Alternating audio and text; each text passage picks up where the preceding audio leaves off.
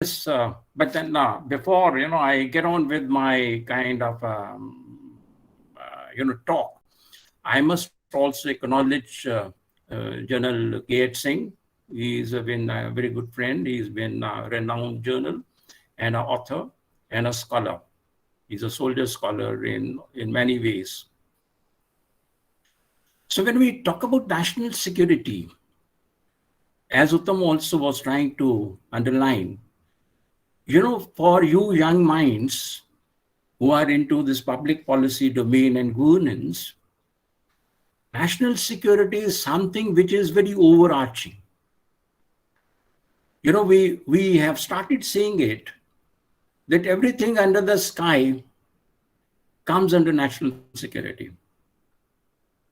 You know, I mean, it's no longer the defense. And if we go back to Nehru's time, he was the first one to make a statement that defense doesn't mean group of people marching up and down. He said national security is something which is more into infrastructural development, the industrial growth of the country, the agriculture, and he named every damn thing which a country must have. And mind you, as Uttam also was saying about military modernization, now the Chinese, when had gone in for military modernization, the defense was the last aspect in the military modernization. And what do they begin with? They began with science and technology as again an overarching thing. Then came to industry. Then came to agriculture. And last came to defense. So unless we are good enough into those parameters which have that link towards the various development of the country, you cannot have a strong defense system. Now, coming back to my theme, let me come on to you. I don't know whether I'll be able to see you, but then I think you must tell me whether you are able to see me or not. Okay.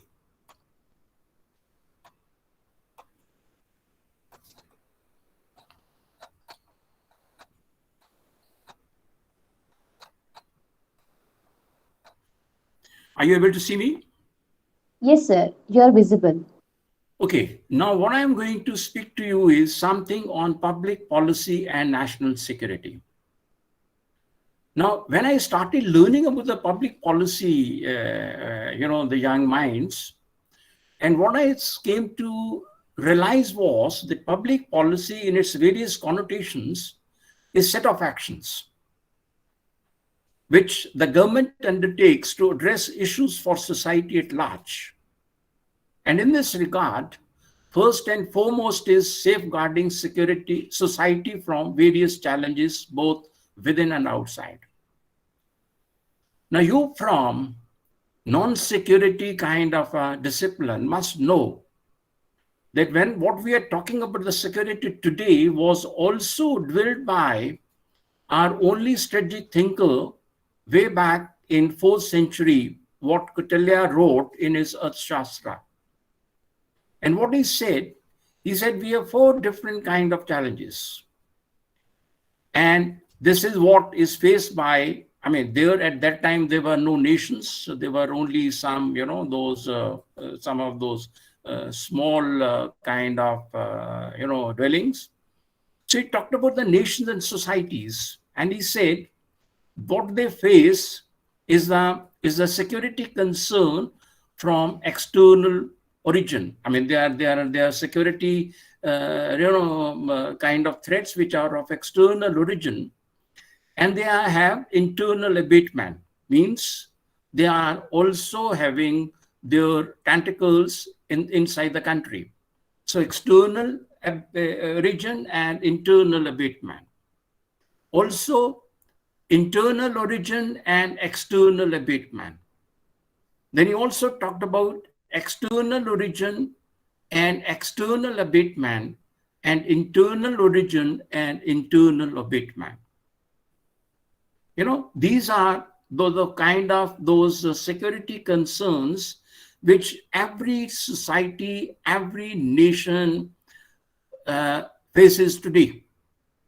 And maybe this was set way back in 4th century BC that you could imagine.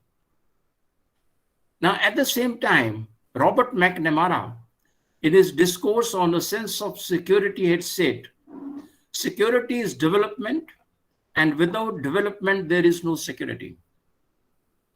So given above the young minds, the government is generally caught between twin challenges, that is, development or security of society, and is a big dilemma which Uttam also was referring to. So we are living in a big dilemma. Should we go in for the development or should we go in for the security? And in fact, it was late Shri P.S. Angma who raised this red trap as Chief Minister of Meghalaya way back in 80s while pushing development projects in the state. So what comes first, security or development? And for your information, he was cracking a whip on non-state contractors who had amassed enormous wealth but were not delivering on the ground. Now, is however an adult time cycle whose parameters keep changing, conditioned by numerous interactive variables, and it is a collective perception of time, ladies and gentlemen, which decides what is best at a particular point of time. And this is exactly explain what is national security or endangering of society in the given norms. Now, while the society is fashioned by social practices and institutions governed by certain mechanism within the purview of official structures, supported by verticals like governance, politics, economy, commerce, trade, jurisprudence, climate, education, health, and defense, the latter is seen to be most elusive, ambiguous, amorphous, perceptual, and contested. You see, on one hand, we talk about a national security, which must be very clear in its objectives. And on the other hand, we have all these superlatives attached to security, saying it is something which is not understandable. Right? Now, it's incredible that today national security, which comprises every action by which a society seeks to assure its survival or realizes aspirations internationally, lacks awakening or no pan-India perception of what constitutes security, belying any realization of external or internal threats with no organized response. Nautam was talking about that he is from the coastal areas, and we are sitting in Chandigarh are from the hinterland. So there is a disconnect, So when we talk about our borders on China and Pakistan, most of the people down Vindhyas doesn't know about the kind of threats that the country faces from these areas. Now he talked about generally maritime security, and hinterland people have some